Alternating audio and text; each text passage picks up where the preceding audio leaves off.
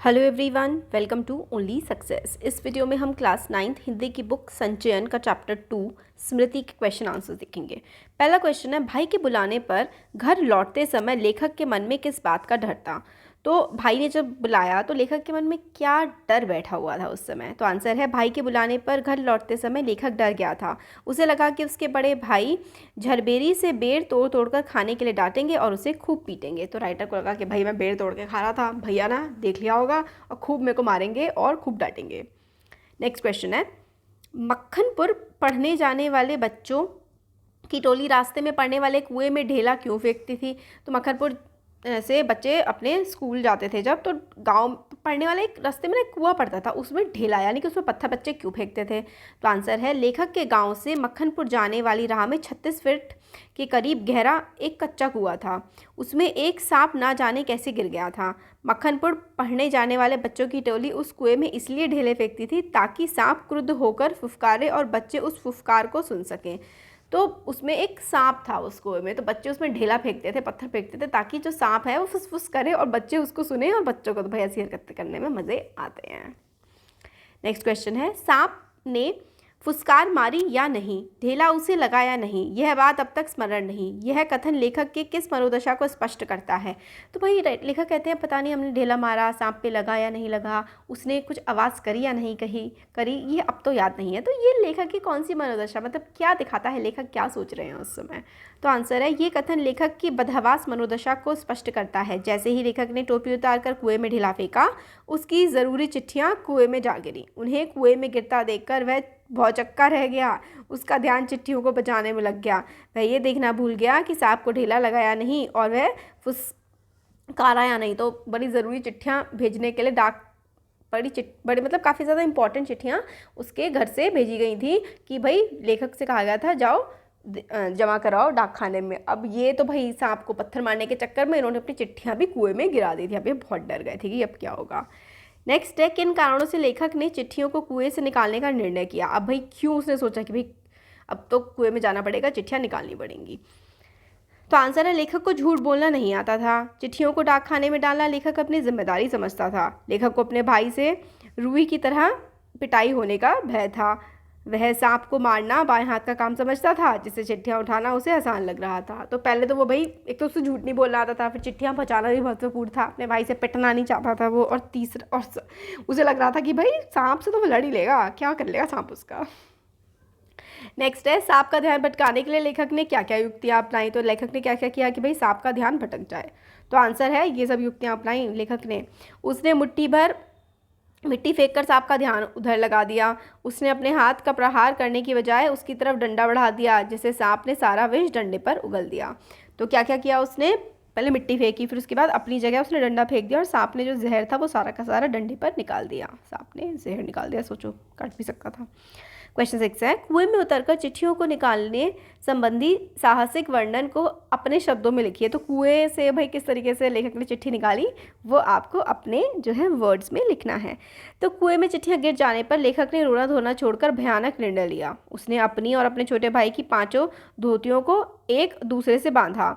उसके एक छोर में डंडा बांधकर उसे कुएं में उतर दिया और दूसरे सिरे को कुएं की डेंग में बांधकर भाई को पकड़ा दिया। मतलब उसने अपनी धोतियां जो है वो उतारी और रस्सी की तरह बना करके वो कुएं में उतर गया, नीचे गया, और एक जो है सिरा अपने भैया को, अपने छोटे भाई को पकड़ा दिया। अब उन धोतियों के सहारे लेखक कुएं में उतर गया। कुएं के धरातल से 4-5 गज ऊपर लटक कर सांप को देखने लगा। सांप भी फन फैलाए लेखक की प्रतीक्षा कर रहा था। लेखक ने कुएं की दीवार में पैर जमाकर कुछ मिट्टी गिराई, इससे सांप का ध्यान भटक गया, वह मिट्टी पर मुंह मार बैठा। तो लेखक ने उतरा, मिट्टी फेंकी और सांप उस तरफ चला गया, और फिर लेखक ने फाइनली अपनी चिट्ठियाँ जो हैं किसी तरीके से उठाने की फिर कोशिश की। इस बीच लेखक ने डंडे से जब चिट्ठियाँ सरकाई तो सांप ने जोरदार प्रहार किया और अपनी शक्ति के परिणाम स्वरूप डंडे पर 3-4 जगह विष वमन कर दिया। तो लेखक के हाथ में जो डंडा था उस पर सांप ने अटैक कर दिया और अपना विष निकाल दिया उस पर। इससे लेखक का साहस बढ़ा, उसने चिट्ठियाँ उठाने का प्रयास किया तो सांप ने वार किया और डंडे से लिपट गया। अब सांप जो है डंडे से लिपट गया क्योंकि लेखक ने सोचा अरे इसको तो मैं संभाल लूंगा और चिट्ठियाँ उठा लूंगा। इस क्रम में सांप की पूंछ का पिछला भाग लेखक को छू गया। यह देख लेखक ने डंडे को पटक दिया और चिट्ठियाँ उठाकर धोती में बांध दिया, जिन्हें उनके भाई ने ऊपर खींच लिया। अब लेखक ने कुएं की दीवार से कुछ मिट्टी सांप की दाहिनी ओर फेंकी। सांप उस पर झपटा। अब लेखक ने डंडा खींच लिया, लेखक ने मौका देखा और जैसे तैसे हाथों के सहारे सरक कर 36 फुट गहरे कुएं से ऊपर आ गया। तो बहुत ही ज़्यादा लेखक ने सूझबूझ का सहारा लिया। पहले एक बार मिट्टी की सहायता से सांप को भटकाने की कोशिश की, फिर डंडा फेंका, चिट्ठी ऊपर भेज दी और किसी तरीके से वो कुएं के बाहर निकल आया। नेक्स्ट क्वेश्चन है, इस पाठ को पढ़ने के बाद किन किन बाल सुलभ शरारतों के विषय में पता चलता है। तो पाठ पढ़ते हैं तो बच्चे क्या क्या शरारतें करते हैं, क्या क्या पता लगता है। तो बालक प्रायः शरारती होते हैं, उन्हें छेड़छाड़ करने में आनंद मिलता है। यही उनकी छेड़छाड़ से कोई हलचल होती तो उन्हें बहुत मज़ा आता है। सांप को व्यर्थ ही फंकारते देखकर वे बड़े खुश होते हैं। बालकों को प्रकृति के स्वच्छंद वातावरण में विहार करने में भी असीम आनंद मिलता है। मतलब बच्चों को मज़ा आता है कि वो कोई शैतानी करें और वहाँ से आवाज़ आए। वो सांप को मारते थे, सांप फन करता था, तो बच्चों को बड़ा मज़ा आता था। प्रकृति में यानी कि नेचर में खुले घूमने में बच्चों को बहुत मज़ा आता है। वे झरबेरी के पेड़ से बेर तोड़ तोड़कर खाते हैं तथा मन में आनंदित होते हैं। वे आम के पेड़ पर चढ़कर डंडे से आम तोड़कर खाने में खूब आनंद लेते हैं। तो बच्चों को ना उल्टी सीधी हरकतें करने में बहुत मज़ा आता है। वो बेर खाते हैं, आम के पेड़ से आम तोड़कर खाते हैं। नेक्स्ट क्वेश्चन है, मनुष्य का अनुमान और भावी योजनाएं कभी कभी कितनी मिथ्या और उल्टी निकलती हैं, इसका आशय स्पष्ट कीजिए। तो कई बार मनुष्य इंसान हम लोग अनुमान लगाते हैं और हम हमारी प्लानिंग करते हैं, अनुमान लगाते हैं, प्रेडिक्शंस करते हैं, चीज़ें ऐसी होंगी, कई बार प्लानिंग करते हैं, बट ये सारी की सारी चीज़ें कई बार ना बिल्कुल ही ख़राब निकल जाती है, मिथ्या यानी गलत निकल जाती है। ये हमें कैसे पता लगता है इस चैप्टर के थ्रू, ये बताना है। तो आंसर है, देखो, मनुष्य किसी कठिन काम को करने के लिए अपनी बुद्धि से योजनाएं तो बनाता है, किंतु समस्याओं का वास्तविक सामना होते ही ये योजनाएं धरी की धरी रह जाती हैं। यानी कि हम लोग बहुत मुश्किल काम के लिए प्लानिंग करते हैं और जब वो काम हमारे सामने आता है तो हमारी सारी प्लानिंग बेकार पड़ जाती है। तब उसे यथार्थ स्थिति को देखकर काम करना पड़ता है। इस पाठ में लेखक ने सोचा कि कुएं में उतरकर वह डंडे से सांप को मार देगा और चिट्ठियां उठा लेगा, परंतु कुएं का कम व्यास देखकर उसे लगा कि यहाँ तो डंडा चलाया ही नहीं जा सकता। उसने जब सांप को फन फैलाए अपनी प्रतीक्षा करते पाया तो सांप को मारने की योजना उसे एकदम मिथ्या और उल्टी लगने लगी।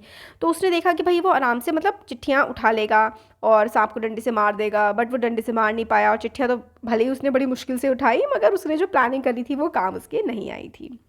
नेक्स्ट क्वेश्चन है, फल तो किसी दूसरी शक्ति पर निर्भर है। पाठ के संदर्भ में इस पंक्ति का आश्रय स्पष्ट कीजिए। तो फल तो किसी दूसरी शक्ति पर निर्भर है, इसका क्या मतलब है, चैप्टर के अकॉर्डिंग बताना है। तो आंसर देखिए, लेखक ने कुएं से चिट्ठियां निकालने के लिए कुएं में उतरने का दृढ़ निश्चय कर लिया था। इस निश्चय के सामने फल की चिंता समाप्त हो गई। उसे लगा कि कुएं में उतरने तथा सांप से लड़ने का फल क्या होगा, ये सोचना उसका काम नहीं है, परिणाम तो प्रभु इच्छा पर निर्भर है। इसलिए वह फल की चिंता छोड़कर कुएं में घुस गया। तो उसने सोचा भाई परिणाम यानी कि रिजल्ट क्या होगा ये हमें क्या पता, ये तो प्रभु की इच्छा पर निर्भर करता है, यानी कि ईश्वर की, गॉड की विल पर डिपेंड करता है। तो भाई काम करो, कर्म करो, फल की चिंता मत करो, ये सोचकर लेखक कुएं में कूद पड़ा। ये हमने देखे इसके क्वेश्चन आंसर्स। अगर आपको पसंद आए हैं तो वीडियो को लाइक करिए, चैनल को सब्सक्राइब करिए, अपने फ्रेंड्स के साथ इसको शेयर करिए। Thank you.